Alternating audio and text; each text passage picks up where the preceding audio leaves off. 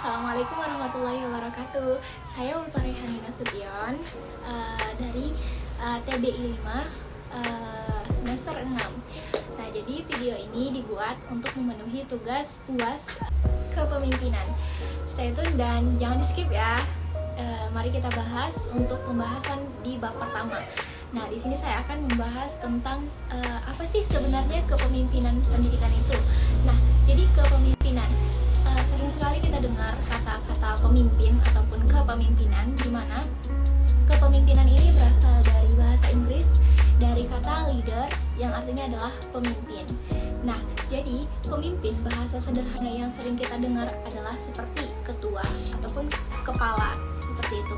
Nah, jadi kepemimpinan ini dia adalah proses dalam mempengaruhi ataupun memberi contoh ataupun memerintah dan memberi bimbingan kepada orang lain untuk mencapai tujuan yang telah ditetapkan. Jadi maksudnya di sini pemimpin ini dia adalah seseorang yang mengayomi satu kelompok ataupun satu organisasi untuk mencapai satu tujuan, seperti itu. Jadi pemimpin ini dia adalah seorang ketua ataupun seorang kepala yang menjadi atasan di dalam suatu kelompok ataupun organisasi yang seperti saya katakan sebelumnya. Nah, jadi kepemimpinan itu ada tipe-tipe ataupun gaya-gayanya dalam kepemimpinan pendidikan. Yang pertama ada autokratis ataupun otoriter, kemudian ada laissez-faire dan ada demokratis. Nah, yang pertama ada autokratis ataupun otoriter. Nah, dalam otoriter di sini sifat-sifat yang biasa terjadi dalam gaya di otoriter itu pertama adalah menunjukkan dan memberi perintah. Nah, di sini pemimpin, ketua ataupun kepala hanya menunjukkan ataupun memberi perintah tanpa ada instruksi ataupun tanpa ada arahan dari pemimpin tersebut gitu. Dia hanya sekedar menunjukkan sesuatu ataupun memberikan suruhan ataupun perintah seperti itu. Kemudian yang kedua dia ada bawahan wajib mengikuti dan tidak boleh membantah. Di sini pemimpinnya wajib mengikuti apa yang disampaikan daripada ketua tanpa mendengarkan aspirasi ataupun ide daripada anggota gitu. Dia anggota wajib mengikuti apa yang disampaikan oleh ketua. Kemudian tidak menghendaki rapat. Nah, dalam sifat otoriter di sini satu keputusan tidak dibuat dalam rapat. Di sini maksudnya pemimpin hanya membuat satu keputusan tanpa ada rapat dan hanya pendapat dia sendiri. Kemudian berkumpul atau rapat hanya untuk instruksi gitu. Nah, jadi dalam gaya otoriter ini mereka berkumpul, pemimpin mengumpulkan seluruh anggotanya hanya sekedar memberikan instruksi tanpa menerima pendapat anggota gitu. Dalam rapat dia hanya memberikan instruksi seperti itu. Kemudian gaya yang kedua ada laissez-faire,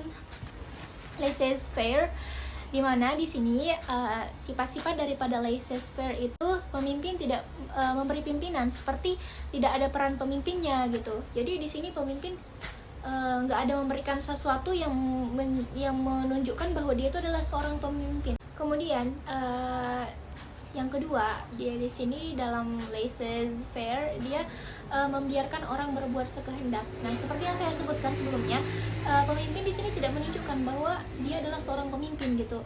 Berarti dia seperti seperti anggotanya terserah mau berbuat seperti apa tanpa ada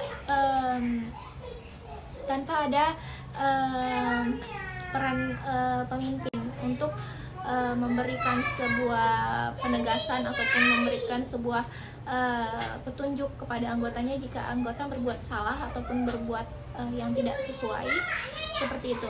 Kemudian yang ketiga ada pembagian tugas diserahkan kepada anggota tanpa petunjuk. Nah, seperti yang sebelumnya juga, di sini dia pemimpin hanya memberikan tugas dan tanpa memberikan arahan kepada anggotanya, tanpa memberikan petunjuk kepada anggotanya. Nah, jadi dari keempat karakter yang saya sebutkan, maka itu adalah bagian daripada gaya laissez-faire dalam satu kepemimpinan. Kalau misalnya kita ada melihat sesuatu ataupun suatu kelompok ataupun suatu organisasi yang mempunyai satu tujuan, kalau kita misalnya lihat beberapa karakter-karakter yang saya sebutkan sebelumnya, maka itu termasuk daripada gaya laissez-faire. Kemudian ada gaya yang ketiga, yaitu demokratis. Nah, dari kata demokratis ini kita sendiri tahu bahwa demokratis itu apa gitu kan. Nah, jadi dalam gaya demokratis di sini sifat yang pertama adalah menerima dan mengharapkan pendapat atau saran. Nah, dalam demokratis pemimpin menerima pendapat daripada anggota, dan itu sangat dibutuhkan oleh pemimpin ataupun kepala ataupun ketua. Jadi di sini anggota dan ketua bekerja sama dalam mencapai satu tujuan, seperti itu.